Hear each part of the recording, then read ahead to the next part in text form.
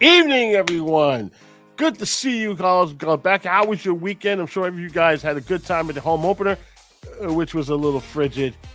Even I had my hands and feet stinging. So welcome aboard, everyone, to episode 135 of New York Red Bulls Discussion Group, the podcast.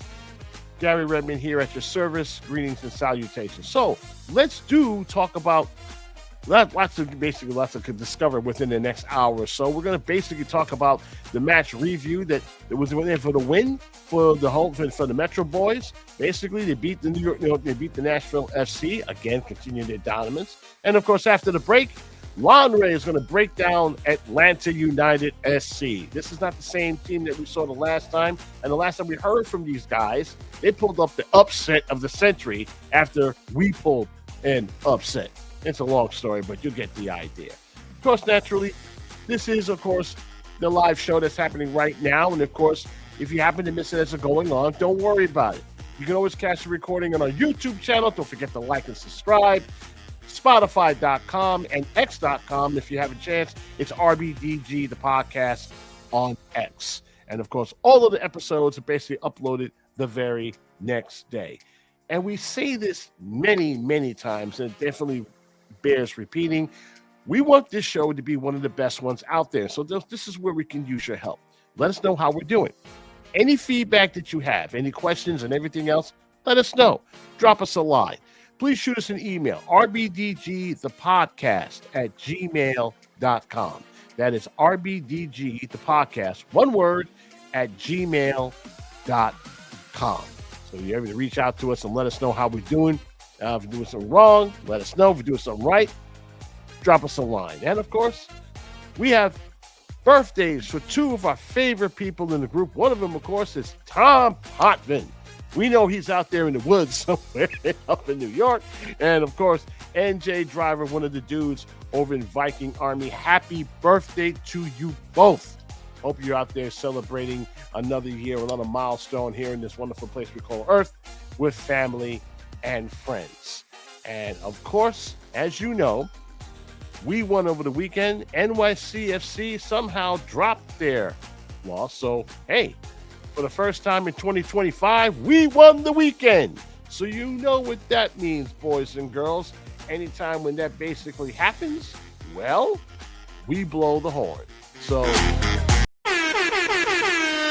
there you go. So, hey, we won the weekend, so there you go. So that's how it starts. So as with that, you're going to be hearing that left and right, of course, when the show begins.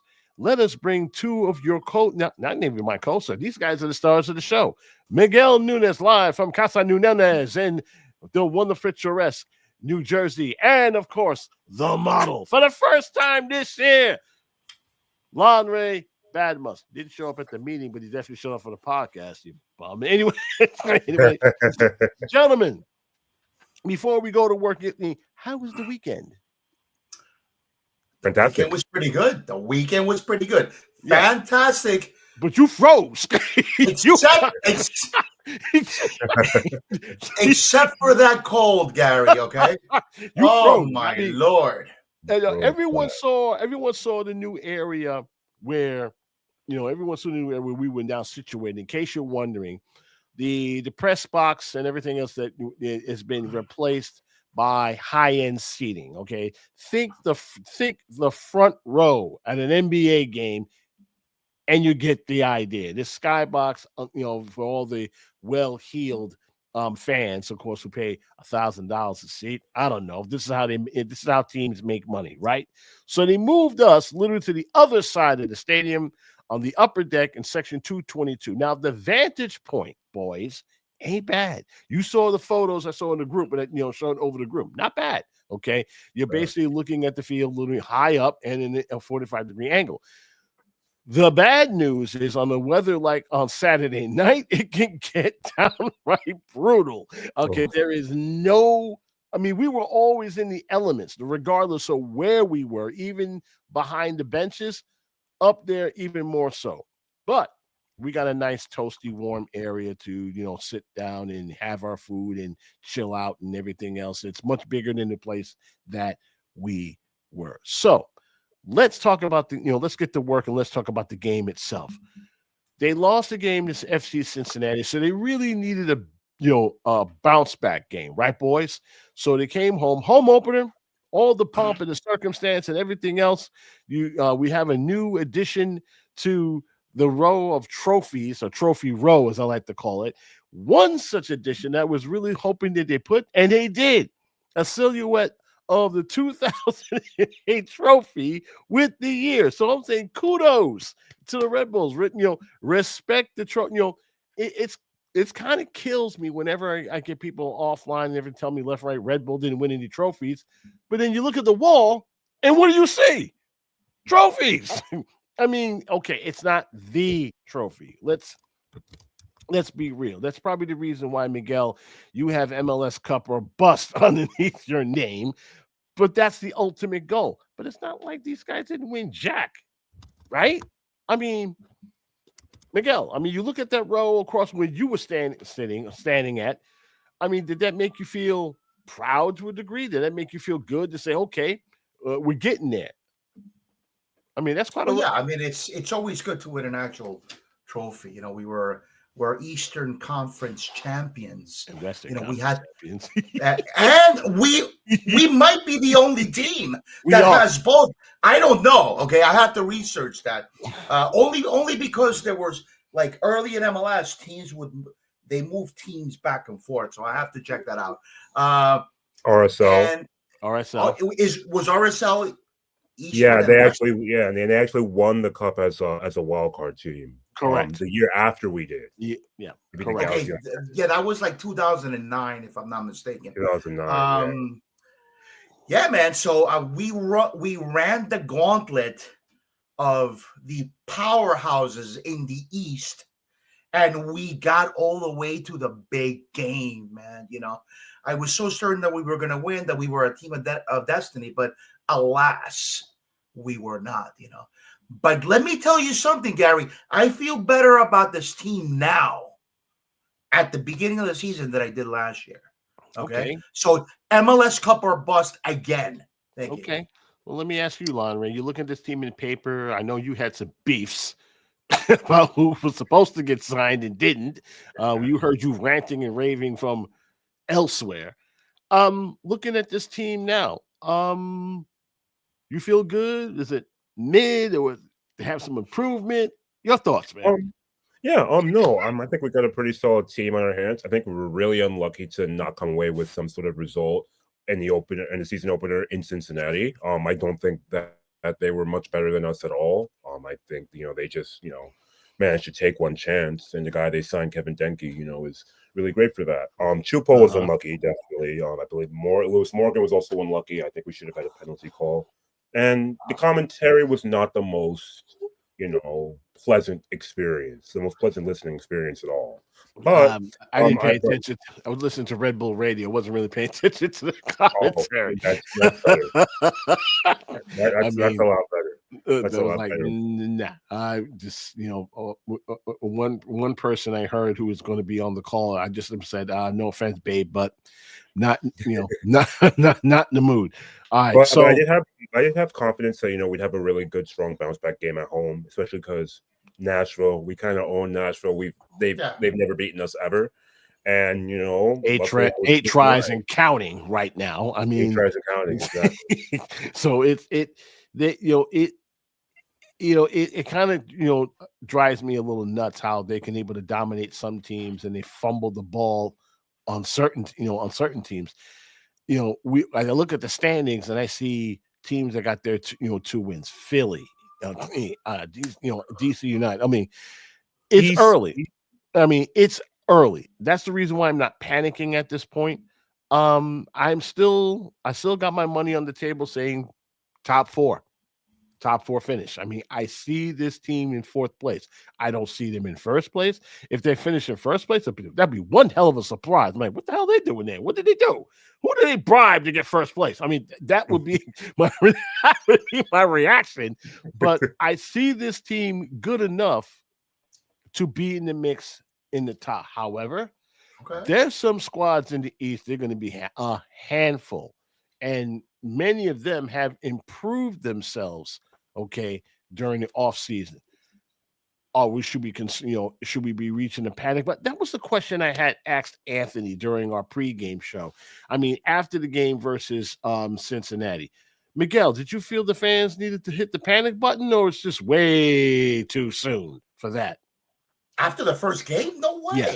You know, both teams were pretty much even. They scored. Both teams were pretty much lousy. But that's what I'm saying. That's what I'm saying. And that goal was, I would term it a little bit of a holler, okay, on at least one of the guys. One was going forward, and one was tracking back. So, that we couldn't put it into the back of the net, it's the first time since Cincinnati beat us. I mean, that's it was bound to happen. The Magic was going to dust off something for the folks at the Bailey be celebrating about. Boy, did they chew me out and everything. We finally got you. Yeah, after so many tries, congratulations.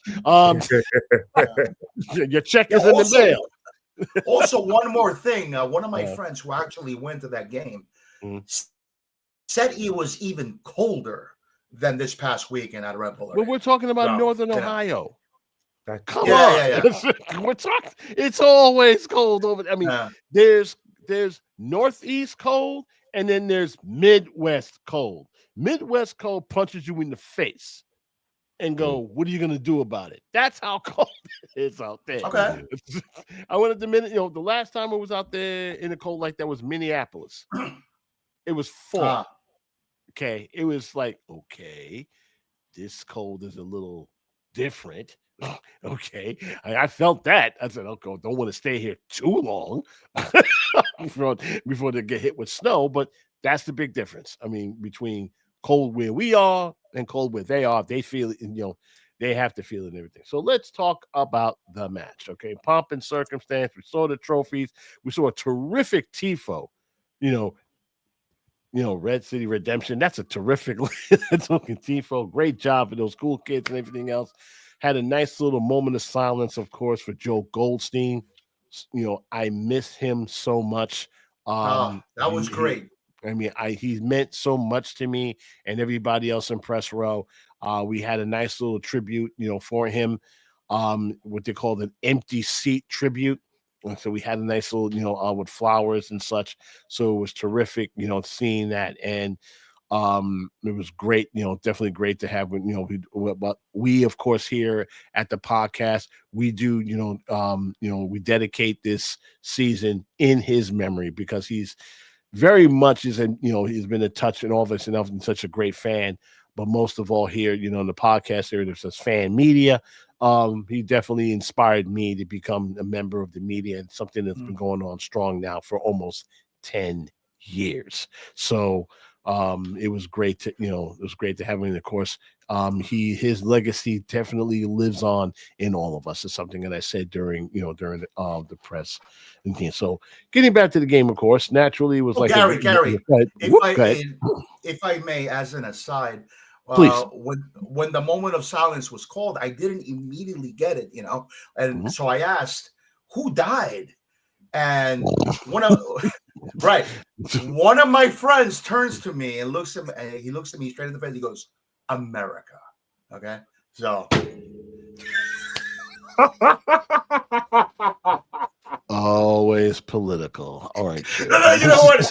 I didn't know. I just thought it was a great one-liner. It was a great one-liner. Okay, go ahead. Come on. Christ. You're laughing. You're laughing. Yeah, I'm laughing because I'm going to have to clean this up after.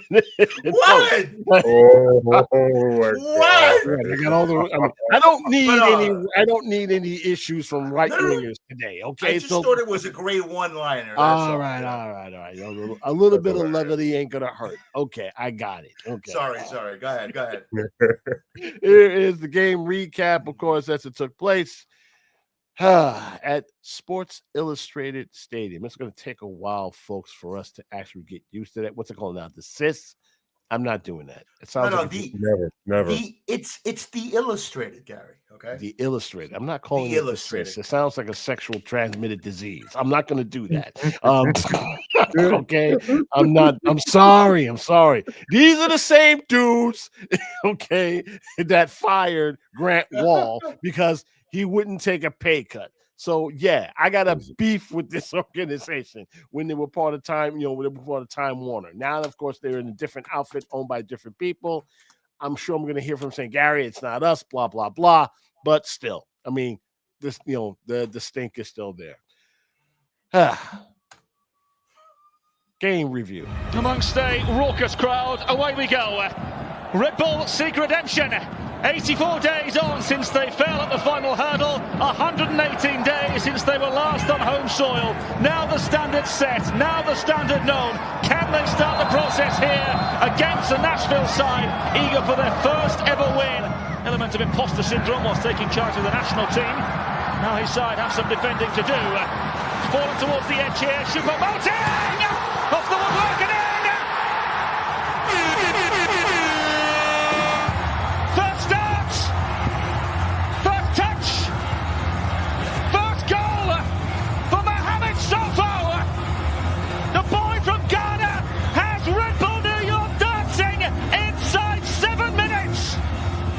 Dream start for Red Bull, and it comes off this pressure, and Harper drives forward, and it ends up coming to Choupo-Moting, who stays with it, and you can see that first chance just comes off the post, but it's wonderfully followed up by Sofo. The best thing to do as a young player sometimes is to play off the number 9 with the experience, stay alive in the box, and when you take your chance, be ready for it. It comes early in the game for him, and he's in the exact right spot to take advantage of it, to get his first of his MLS career. Go ahead and celebrate with it, young man.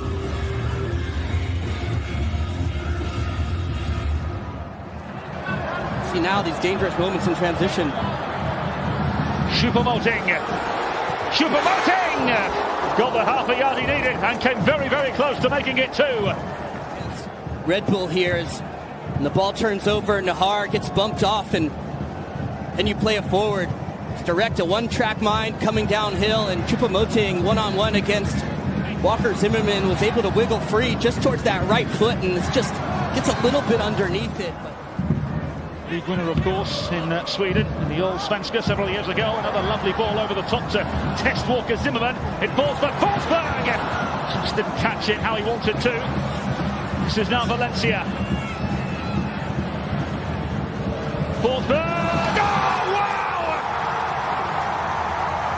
That's why he's here! My word, what a goal! A 10 out of 10 goal from Red Bull New York's number 10.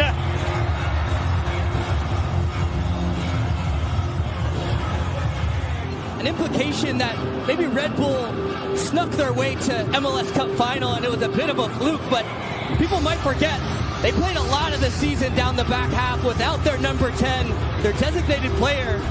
And these moments of magic, how about this strike towards the back post there? Absolutely perfect. Willis is unsighted, but it doesn't matter. Forsberg. Half-time looming here. Mukhtar's ball in.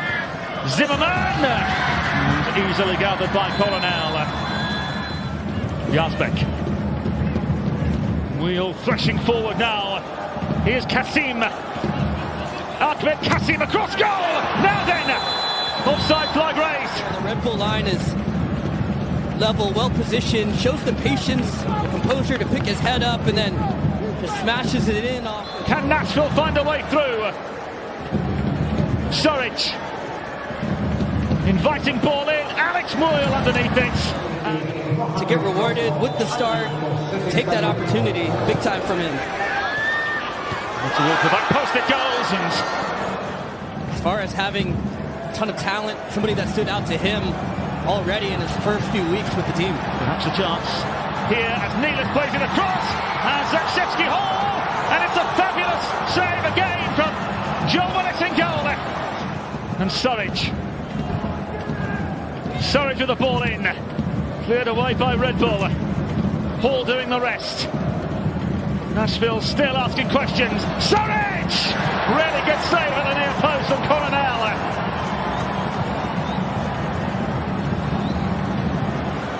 And now at the other end. And so there goes the final whistle. Nashville 2.0 lose by 2-0 on home opening day.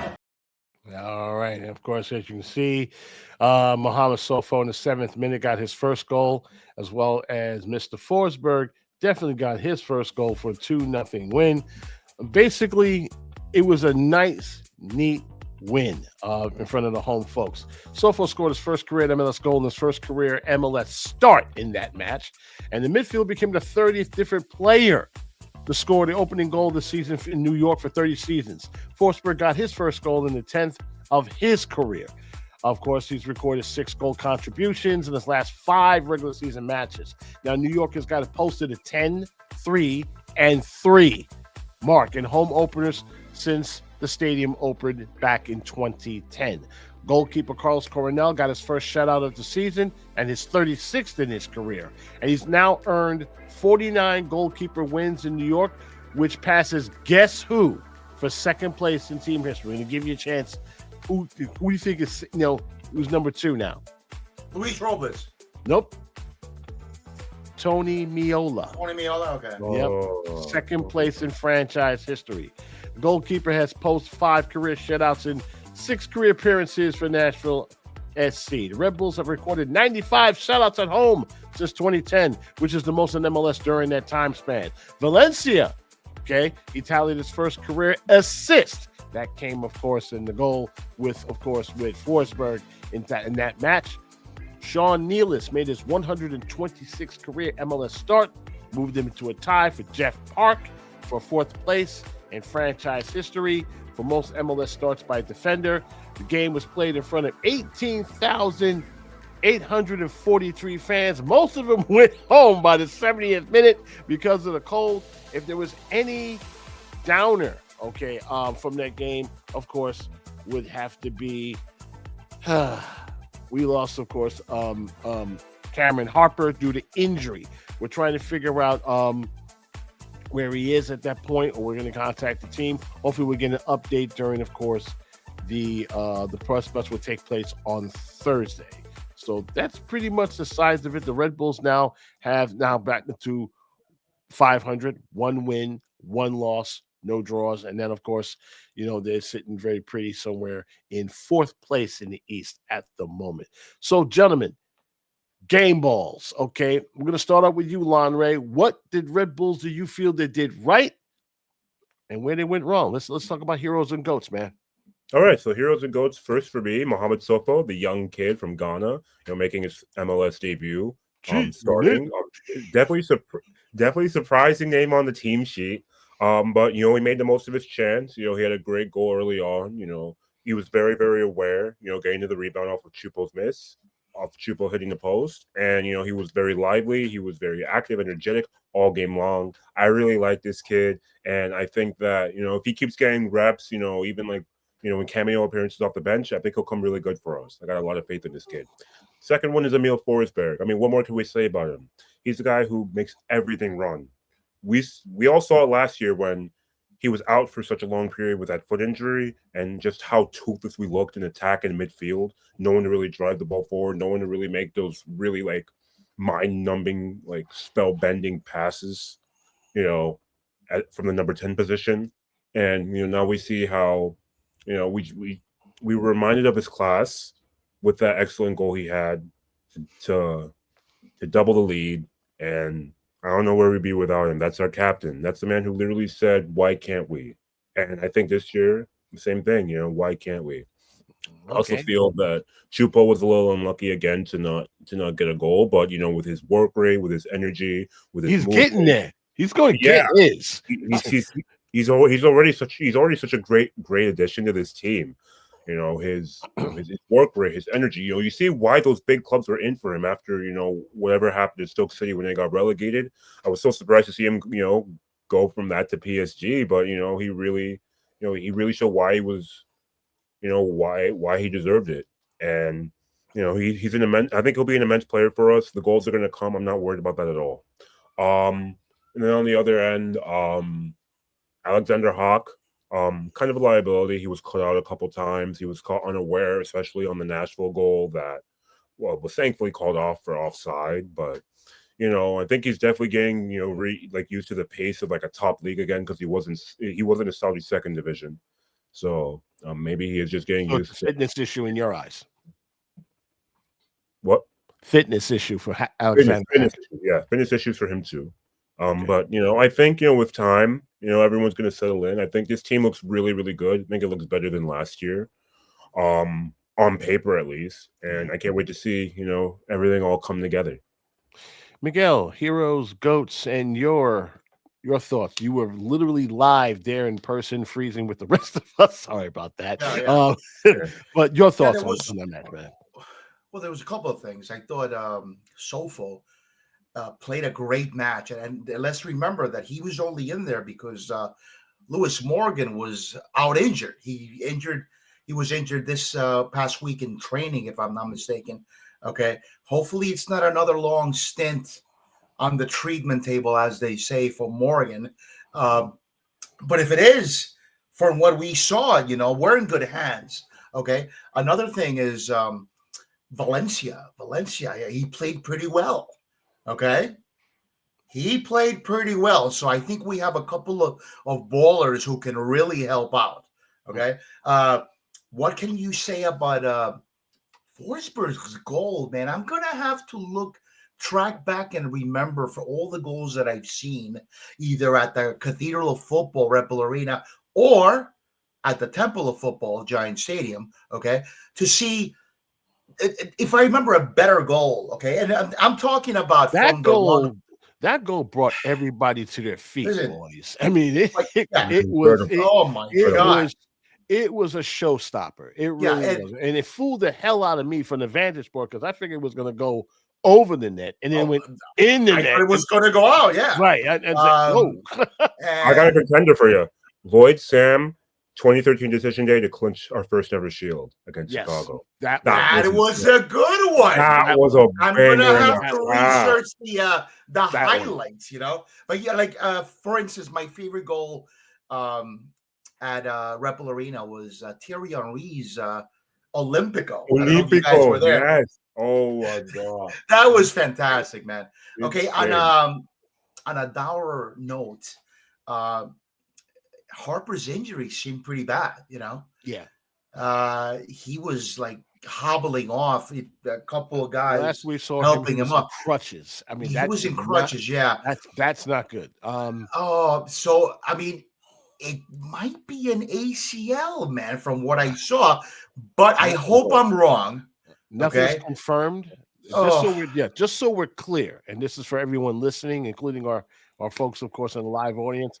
Nothing's been confirmed. They're still trying to figure out what's going on, trying to get an update as we go along. As you know, how the team is, they're pretty much tight-lipped on these things until it's been verified. So he has to go see the doc. They're going to see the prognosis, see where it is, and then then they'll let everybody know. But for the most part, didn't look good. Okay, one of the players landed on him, and his foot, in the very position, and everything else, big body versus small body, and something had to give.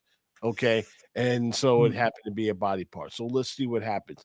I'm a little despondent because we talked with him during the media day, and he was so excited for this season. He wanted to get up in there, and he felt that the season ended, and with them not winning in the final.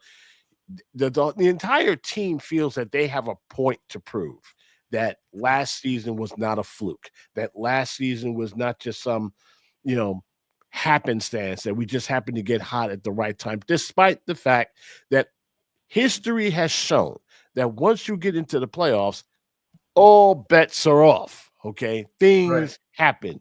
We have seen this season where Lanre, there was upsets all over the place. Okay, so you had higher seed teams getting taken out, with the exception of LA that survived it all. Okay, so and not only survived it all, won it all. Okay, Deservedly so. Deservedly so. I'm not taking anything from the LA boys. I'm not taking anything from the G's. Okay, they earned it. They got their 6, and that's the end of it. But 100%. Except for that penalty. Except for that penalty that the ref didn't call at the end. Thank you very much. Yeah, I could see why they didn't call it, but I was in the yeah, come on. Me and my girl was watching the game, and she stood up and said, "You're not gonna call that, ref?" My real question: You're not gonna call that? It was blatant. I mean, come on, man. You're not gonna call that? I mean, okay, come on. Okay, I mean, we're not gonna go there that bad. But hey, Garry, one more thing about the game. Mm-hmm. I think Chupo looked very dangerous, man, and was unlucky to He's not. Not going to be unlucky for long. He keeps making shots like that. I hope it comes like boom, boom. Well, this is what I said about Chupo when everybody was yelling and screaming to me about his age, right? Okay, well, he's 35 years old. Yeah. But if you give that dude space, he's going to kill you. I mean, He's not afraid of taking shots from that distance. He's not. He's been doing this all throughout his career. He was playing second fiddle to Lewandowski over in Bayern Munich, and he still got double digits. I want you to think about that for a second. Usually, guys, you have understudies coming up to big boys like him, and he's scoring all over Germany left and right. And, of course, during UEFA Champions League. Then you put this dude in here, and then he puts in double-digit goals. Yeah. This is probably the reason why Bayern Munich won all those trophies. When you got people coming off the bench, dropping 12, 14 goals, in a supporting role, this team can't lose. I mean, and there you go. I mean, you have stars that can able to take the forward. I'm not going to play. I'm taking a day off. Chupo, you go in there and do damage. And he did damage. So I'm not worried. I'm not worried about his age. I'm not worried about that unless he gets hurt or something like that. But he's going to get his. One thing that we all know about strikers, they're streak guys. Once he gets hot, oh my Lord, people are gonna fall in love with him. I'm telling you. But the one kind of weakness that I see, they're not gonna give him a whole lot of space for very long, right? Dudes are gonna figure it out and they're gonna put a hat on him. Okay, they're gonna body this dude. But luckily for us, Chupo ain't exactly small, ain't he? No, he's big boy, and he loves that physical game. He loves it. I talked to him and said, "Okay, are you worried about some of this league? For the lack of a better term, we don't have small defenders here like in Europe. We got big boys. We got linebackers and stuff. They will get physical on you. I'm not worried. You're not worried? Hey, I'm not worried. I played against big guys over in Europe. They weren't exactly small there either. I like the physical game. Okay." I like this moxie, but we shall see. So, and let me say something else, Garry. Mm-hmm. Just wait till Timo comes in the summer, Garry. Come on. There's no guarantee that this dude. Okay, I've been hearing this all week. Tottenham said, "You know what? We're not going to stand in your way." Okay. God bless. You're going back to Leipzig. So we talked about this a little bit before the show. He's over in Leipzig. His manager, get this. His manager wants him to sign with New York Red Bull. He wants to stay in Europe. So I'm sure, guys, that's one hell of a conversation you're having, okay? You got the manager wants you to go somewhere. You got the baller want to go someplace else. So we're going to find out exactly between now and what? June to find out who wins that argument. Okay. He wants to stay in Europe for one reason, boys. German national team. And we all know that in some cases, I'm not saying he doesn't have a snowball's chance in hell of making that squad, but he sees this as a redemption himself. Now, MLS has this ridiculous reputation that those who go into MLS disappear in the night. Not so. Not true. you do have a shot to play for national teams. Ask Mr. Morgan, Yeah. who right now is going to be sidelined because he's injured because he was destined to play for Scotland. More on that later. But in a sense, okay, we're talking about a person who hasn't been seen. When he was in Leipzig, everybody wanted him, right? Everybody wanted to get put in the paper on the same. Then it goes naturally, right? Naturally, where did he goes to? Chelsea, your club, your club. I know everybody was great, right? Right, everybody was excited till he didn't do nothing. Then everybody wanted him out of Stamford Bridge, okay, on a damn pike.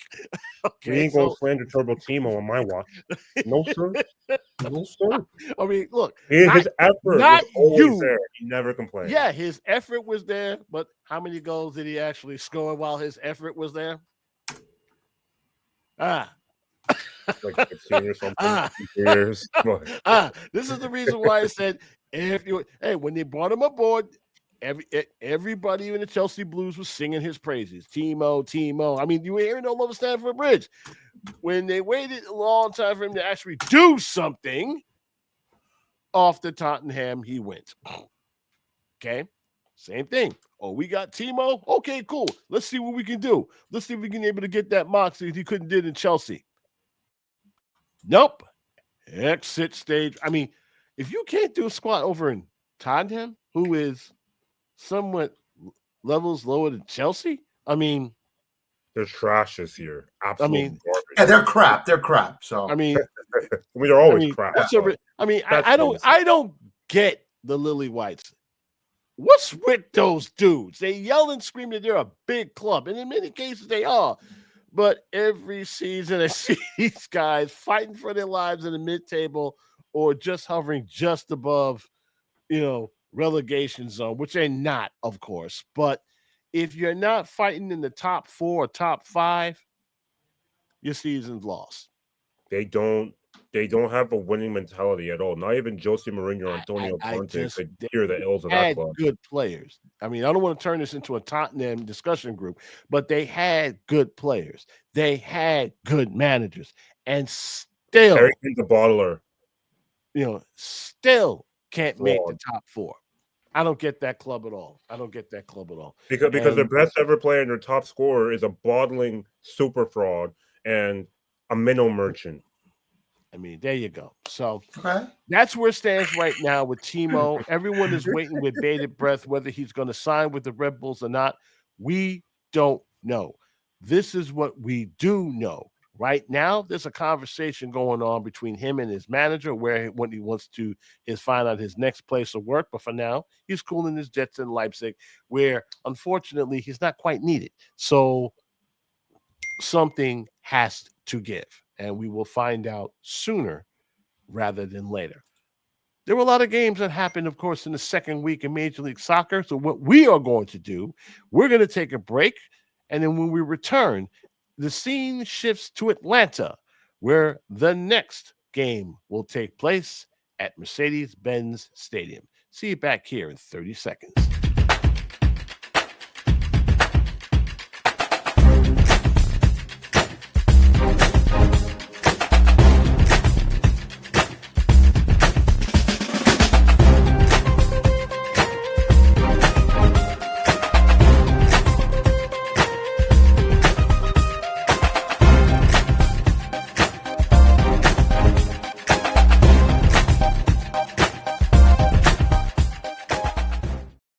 Okay, Atlanta United SC. Remember them? The last time we faced these guys, other than the Eastern Conference Championship, which we lost to, but won that game, of course, over in Red Bull Arena. That's a day that still has us fuming since. Okay, the one time they did beat us, they beat us on that game. But since then, they went up in Charlotte, ran into Wilfried Zaha, and basically got beat up on the turf over there in that football field. And now they're looking for some redemption of their own, boys. Okay. Atlanta United, they're a fun club. Every time we face them, always physical, always a pain in the, pain in the ass, okay, to deal with. They've had the play. I mean, you think we had a great playoff run? These guys had a playoff run of the ages. Okay, they knocked out Montreal just to get in. They knocked out Miami. We had an upset at the time. We knocked out Columbus, and then these dudes came in and said, "Hold my beer," and they knocked out Messi and all those other dudes. Outlasted them in 3 games, only to lose to Orlando, which we beat to make it to the final. So that's the end of that. So that was the end of that. But they made some changes. Okay, they made some changes in the offseason. Pretty much every team, with the exception of San Diego, made changes. Okay, San Diego, of course, is an expansion team that's obviously not playing like one right now. You got Chucky Lozano and then building around him. So, which we had him, but you know what they say. That's how it goes. They brought back Miguel Almiron from Newcastle. I didn't honestly think he was able to make it back to that club, but here he is. He felt that Atlanta was home. Bingo. Okay. They got a striker, Latte La. Okay. If you don't know who he is, Lanre is about to school you on this thing. Here's a name that pops up, Lanre, that really makes me just want to punch a wall. Jamal Thier from Middlesbrough. How the hell did they get this kid? I don't understand Red Bull sometimes. How do these guys? We're having a hard time finding strikers, and yet this guy winds up making pen to paper. Well, they paid a lot of money. It was an MLS record, yeah. So we're not in that stratosphere of busting transfer records. I mean, could be. No, because Dante Van Zier was our transfer record, and he cost like a measly $5 million. Okay, Lord, yeah, Lord. I heard he's going back in Belgium though, Dante. Good for him. Is he banging in the goals? Yeah, is he banging in the goals? All right, banging in the goals again, man. Yeah. Okay.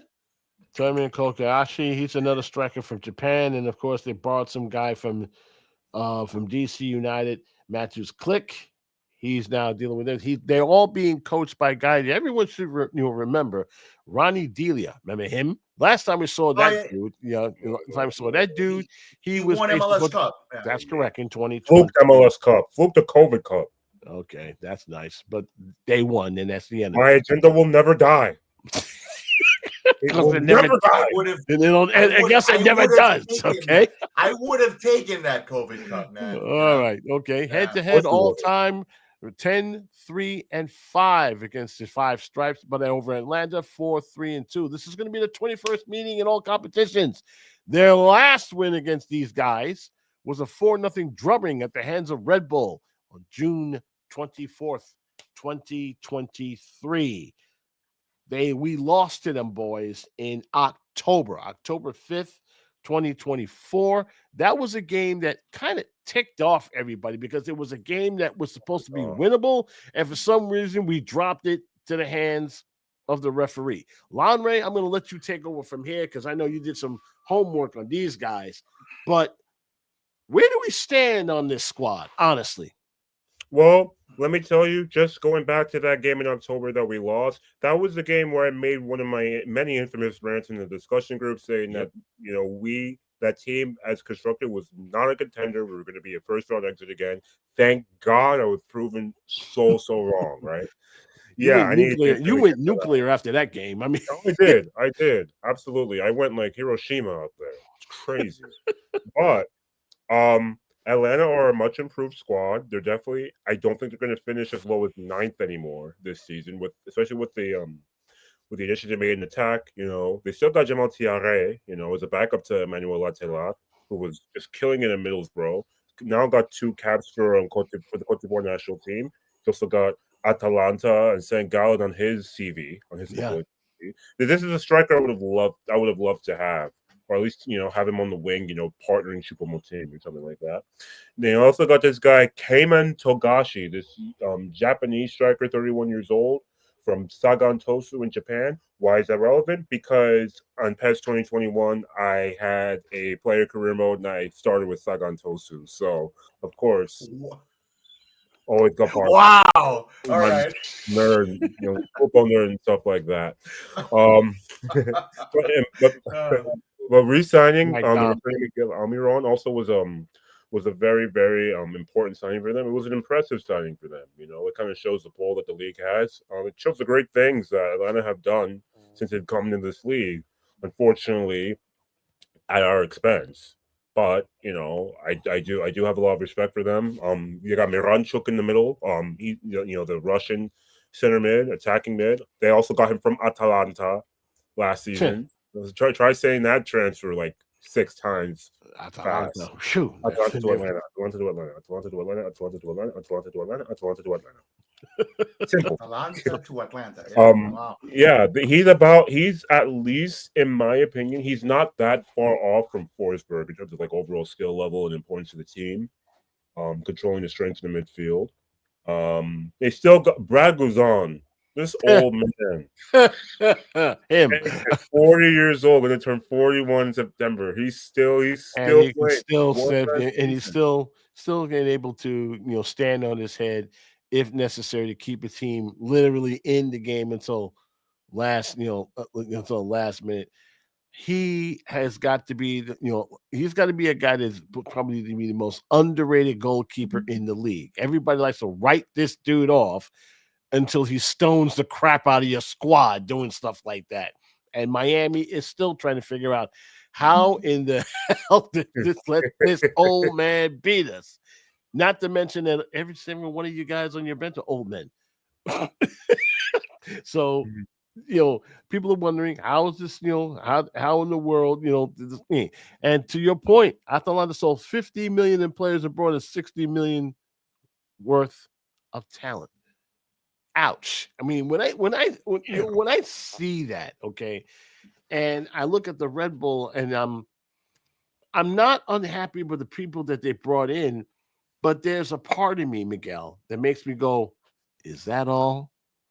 There's got to be more. It's like, I mean, I'm greedy, okay? There's a fan in me that makes when I say greedy, guys, I mean Daffy Duck greedy, okay? I want it all. Krabs greedy. Huh? What about Mr. Krabs greedy? He's one level. He's he's probably one level above Daffy Duck, but Daffy Duck is just, I'm a mice. I'm a greedy mice.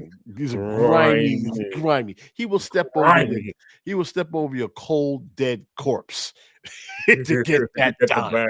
Or Eddie. Oh my God, the king of greed. Always looking to make a quick buck or 50 cents, man. Okay. But that's what I look. That's what I look at this. In a sense, Miguel. Pound for pound, you're looking for roster versus roster. Almiron, he's back, but maybe he's a step slow. When I say step slow, I don't mean too much. Okay, he still has quality. He's still going to do some damage. But how do you see it? How do you see this game won or lost right here, Miguel? Honestly. Well, you know what, Garry? I hate to be pessimistic, but I always don't let that stop you. I always have to give it to Atlanta when they're playing at their stadium. Okay. I mean, please, I hope the boys prove me wrong, but I see a loss coming up. We would do well to get a draw. Okay. But as you pointed out, they have so many players. Some of them are new, like Almiron returning to the team, that kid from the guy from Middlesbrough that they paid a lot of money for, Mateusz Klich, who was at DC United. He was like a few years ago. He was at Leeds. Okay. Brad Guzan, who's still playing, and he stuffed Miami at the end of last season. We would do well to get a draw, but I think it's going to be a loss. Okay. How do you is it tactically a loss, or you feel that this is going to be one of those matches where they stay in a fight for about 60, 70, 80 minutes, and then somehow they slip on the banana peel, and then you go. And that's another thing, Garry, because it is the beginning of the season. Is everybody in top physical shape? No. Well, that's the thing, So then you know, like Red Bull football is press, press, press, press, press. You know, are they going to get tired in the 70th, 75th, 80th minute? I don't see this team pressing so much. Okay.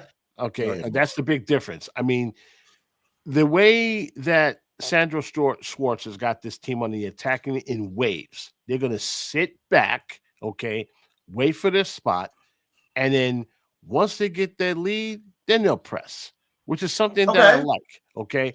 That, you know, to press right off, I mean, sure, that's in the Red Bull DNA, but it's a little different.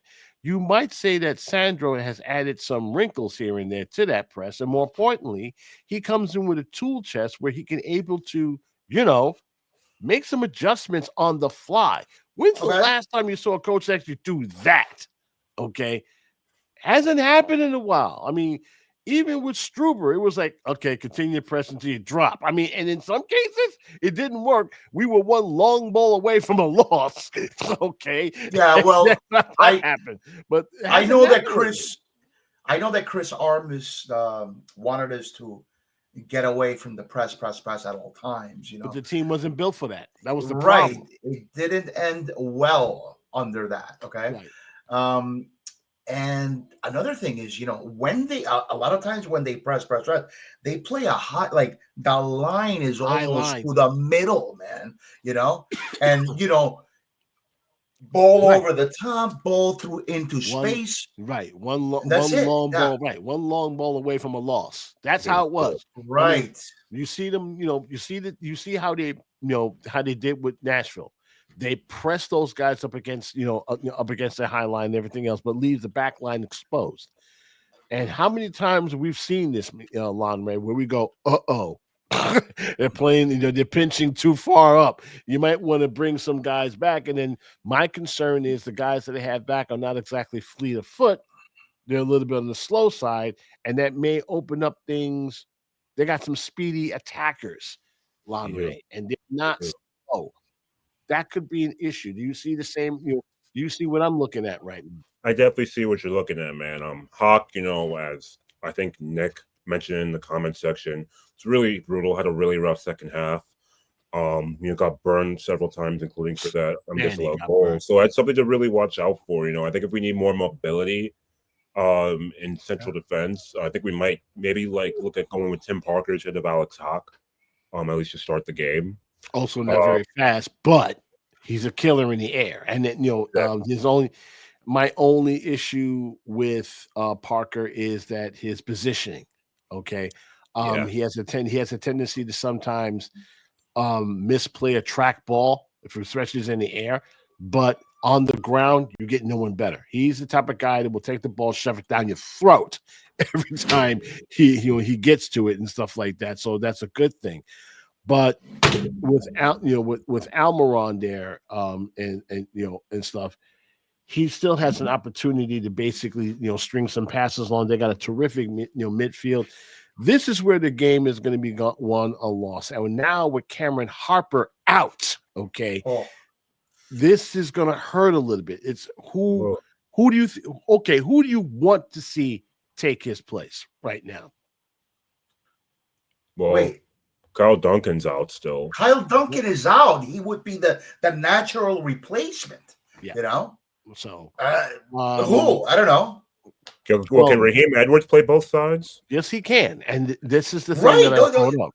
Right. There's a reason why this is the reason why you bring him, you signed him, because Raheem Edwards is pretty flexible. Okay. He can able to do the box-to-box thing. He does have pace. If you remember the last time we played Montreal, he was the one that set up that goal that killed us of Estate Saputo last season. Ran the ball in from coast to coast. Nobody tracked him. Nobody stopped him. Dished the ball off to so-and-so. Got Yanyar. Yeah, that's a good point, Nick. Right? Yanyar. Yeah. I mean, and then you got Yanyar.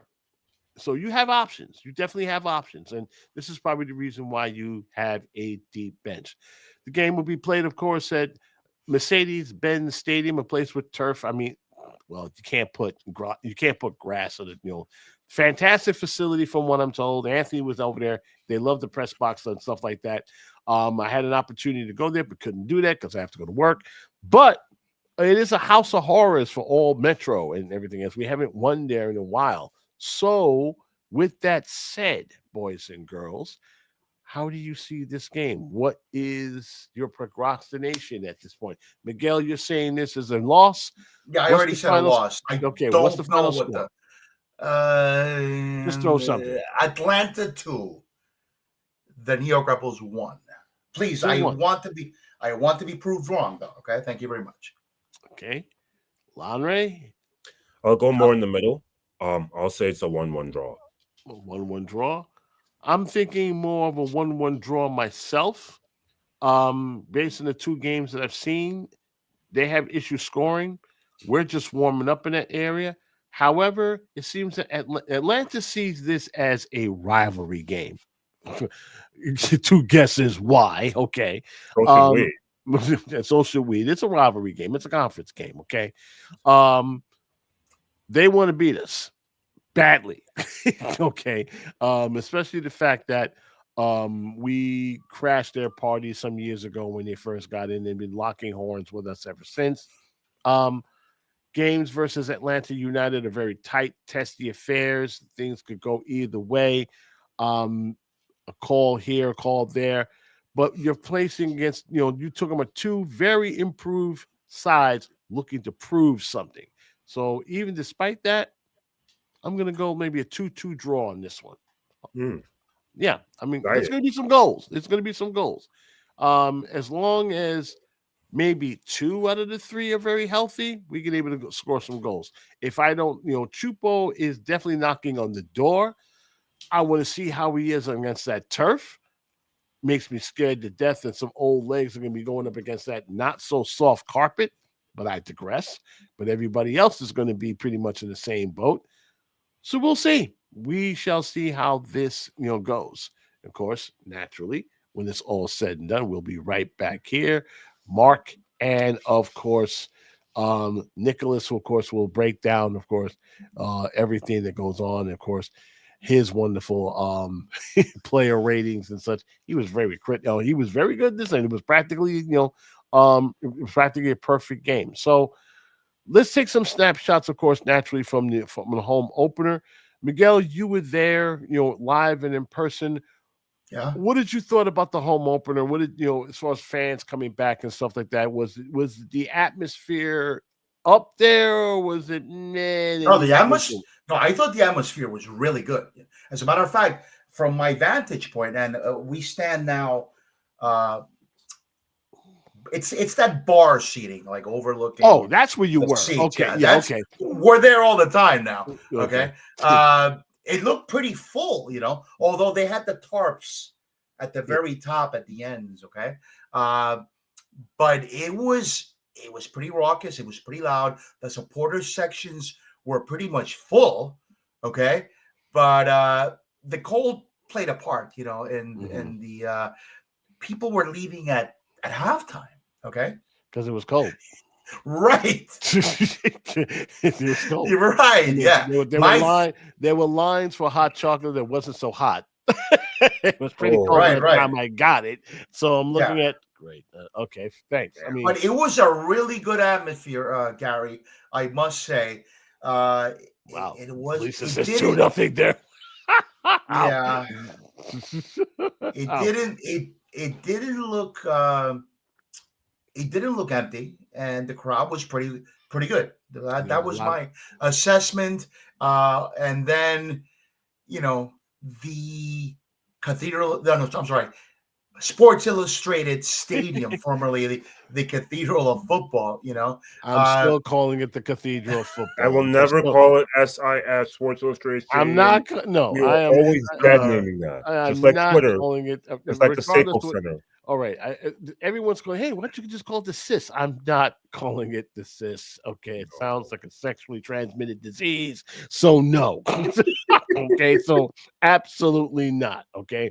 It's either the Cathedral or just Sports Illustrated Stadium. Either way, it's Red Bull Arena to me.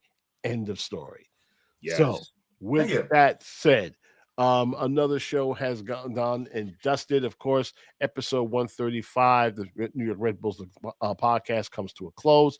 Don't forget that you can able to catch that this is the live show going on, but don't forget, you can always catch it on demand on our YouTube channel. Don't forget to like and subscribe.